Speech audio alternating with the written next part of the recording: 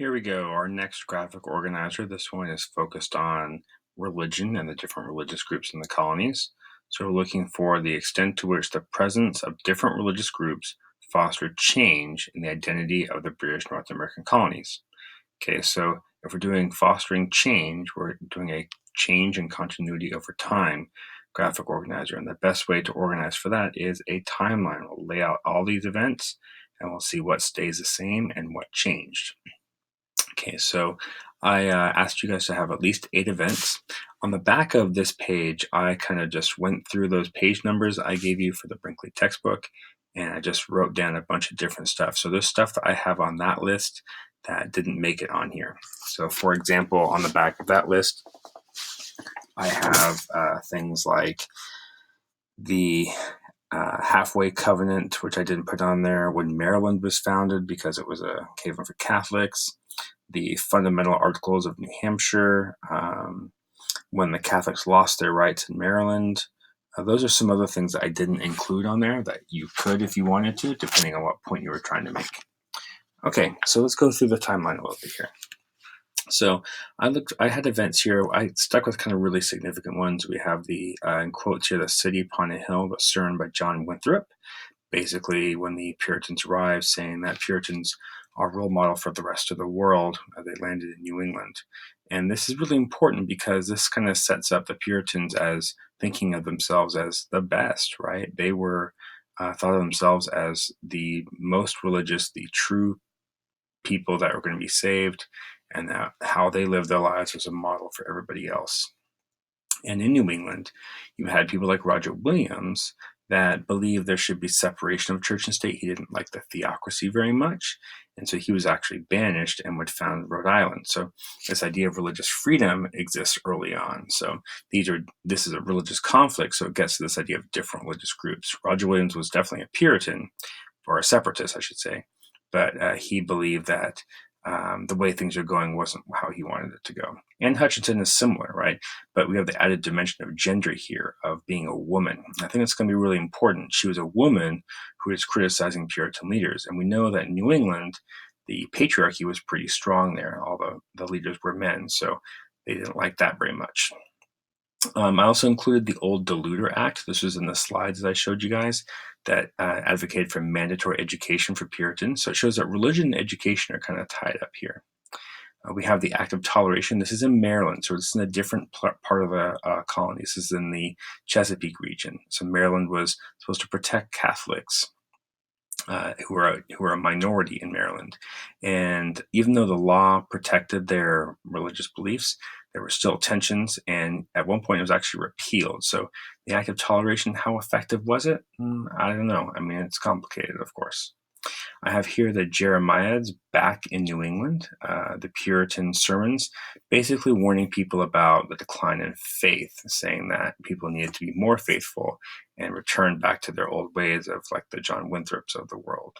This is going to be important when we get to the Great Awakening later. I have the founding of Pennsylvania. We haven't talked too much about the middle colonies, but Pennsylvania is the most important one of those. This is kind of the most diverse colony.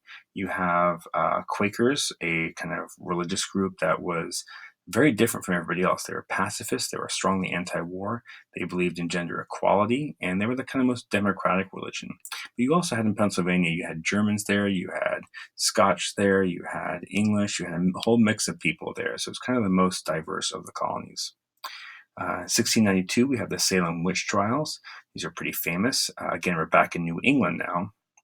And the people that were accused of being witches were kind of what you would call independent women who challenged the gender roles. Maybe they were outspoken and kind of irritating to the leadership of the colony, or maybe they were women that owned property because their husbands had died. Anyway, they were seen as kind of independent and like sticking out from the kind of traditional gender roles of the Puritans. And then we have kind of a gap here. Not a whole lot's happening that we have here. I mean, there was stuff happening, but don't have anything here. But the next one is the Great Awakening, which is really significant. You definitely need to know the Great Awakening. And results of the Great Awakening included new denominations of Christianity. You had a kind of spread of diverse religions all throughout the colonies. And so kind of emphasize religious freedom, because if everybody has different denominations, you have to kind of let each other practice and kind of leave each other alone. So it had greater religious freedom for the colonists as well. And that gets this idea of independence, which is going to be important going forward in our next unit, because only 20 years after the end of this timeline, the United States declares its independence. So a lot of the converts from the Great Awakening tended to be women. So we're seeing women show up a couple of times. Women show up here, women show up here, and women show up here with Anne Hutchinson. So kind of keep that in mind. How does gender change over time here? You also have new universities that are being started. So education is important.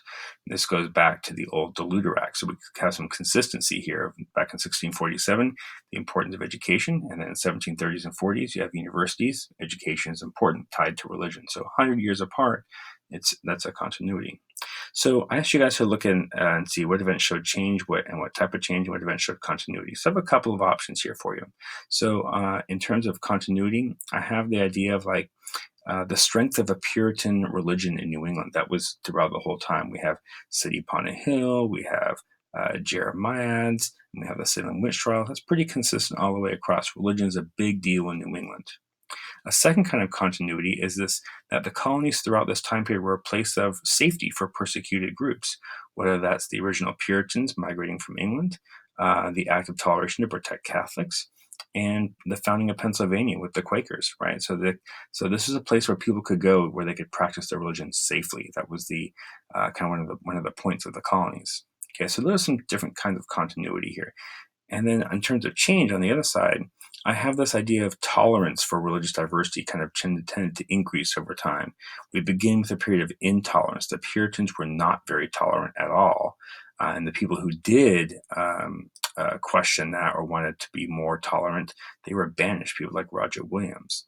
And then we have the first act of toleration here. So we have kind of a tolerance for a minority group, a Catholic group, but that's not super successful. But Pennsylvania is where we kind of this turning point where you have, for the first time, people are free to practice their religion, and the Quakers kind of left people alone a little bit. And then we have finally the Great Awakening, where it kind of really blossoms in terms of having this increased religious diversity and tolerance for other types of religion. Okay, so you have to weigh these out, these continuities and changes, to see which makes the most sense in terms of what would work in your thesis as like a counter argument or a less persuasive argument, and what two categories you would use to try and prove in your essay. Okay, all right, hope you learned something, and we'll talk to you later.